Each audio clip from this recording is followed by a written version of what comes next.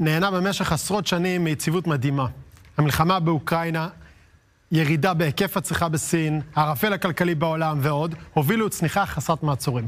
מחירי היהלומים רושמים ירידה של עשרות אחוזים, והקונים הם המנצחים. בואו נראה כתבתה של שקד ברוס.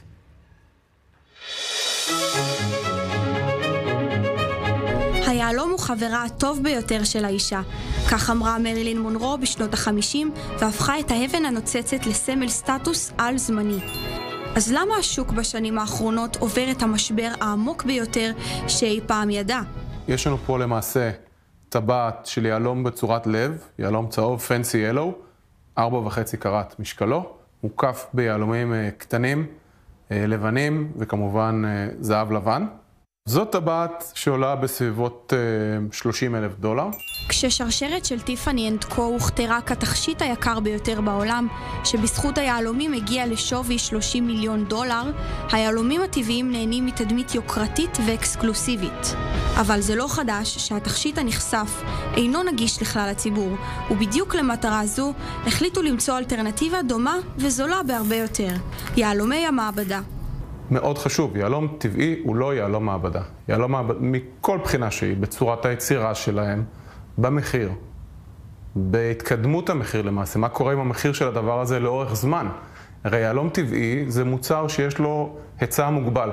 בסופו של דבר האדמה לא תייצר יותר ממה שכבר יצא, אלא אם נחכה עוד 100 מיליון שנה ונראה מה יוצא הלאה, כן? טובי המומחים לא מצליחים להבדיל בין יהלום טבעי ליהלום מלאכותי. בעוד היהלומים הטבעיים נוצרים במעבה האדמה, יהלומי המעבדה מיוצרים במעבדה באותם התנאים בדיוק, אלא שההליך לוקח כ10 שבועות בלבד.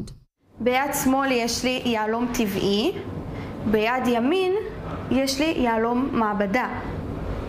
הם נראים לחלוטין זהים. על פניו נשמע מבטיח, אך לא כל הנוצץ זהב. לוסיקס, חברת היהלומים הסינתטיים של בני לנדה, חשפה הפסדים קשים והעמידה את עצמה למחירה. אפילו החברה שנתנה לגיטימיות ליהלומי המעבדה בעולם, דה בירס, נחשפה לקשיים. היה אסור לגמרי להכניס את זה לבורסה. אז היה לי כאן מפעל, שכרתי מפעל קטן, ואנשים, את יודעת, מפה לאוזן, בתחילה אמרו לי, תגיד, את מוכרת יהלומי המעבדה, הייתי נהיית אדומה, כאילו אני מוכרת רעל, אבל לאט לאט, כן. ואז ברגע שדה בירס, ב-2019 נדמה לי, יצאו עם הצהרה שהם בעצמם פותחים את הלייטבוקס, מתעסקים ביהלומי מעבדה, בתכשיטים ביהלומי מעבדה, אספתי את כל הדברים שלי וחזרתי לבורסה. שאלת מה יהיה העתיד, הם רואים את העתיד של יהלומי המעבדה, אותה חברה שהציגה אותם לשוק למעשה, הם רואים את העתיד של יהלומי המעבדה דווקא בתחומים טכנולוגיים. של הגנה, של אופטיקה, של מחשוב וכו' וכו', ופחות בשוק היוקרה. איך נקבע בעצם המחיר של יהלום מעבדה? בדיוק כמו יהלום רגיל, יהלום טבעי, צבע, ניקיון, עבודה. קוראים לזה 4 cuts. שוק יהלומי המעבדה חווה צניחת מחירים שטלטלה את השוק כולו. המחירים צללו לצד זינוק אדיר במחירות. מ-2018 ועד 2023, השוק העולמי זינק ב-12. אפילו הביקוש העולמי לתכשיטי יהלומים טבעיים ירד בעשור האחרון ב-27%. סין והמזרח הרחוק היו בערך שליש מצמיחת משקי היוקרה והיהלומים בעולם לאורך 10 שנים האחרונות, והיום זה שווקים שעדיין לא חזרו מהקורונה, כמה שישמע מאוד מוזר. אז סין צורכת הרבה פחות יהלומים ויוקרה, הונג קונג, כל האזור. אז כמובן שזה משפיע על הסחר העולמי, כי ארצות הברית, אירופה וכלכלות מתעוררות ומתפתחות לא יכולות לסחוב את השוק בלי המזרח הרחוק למעשה. בלי הצרכן האמריקאי. בלי הצרכן הסיני, כן. היפנים כן צורכים, אבל הסינים לא צורכים, וזה ניכר.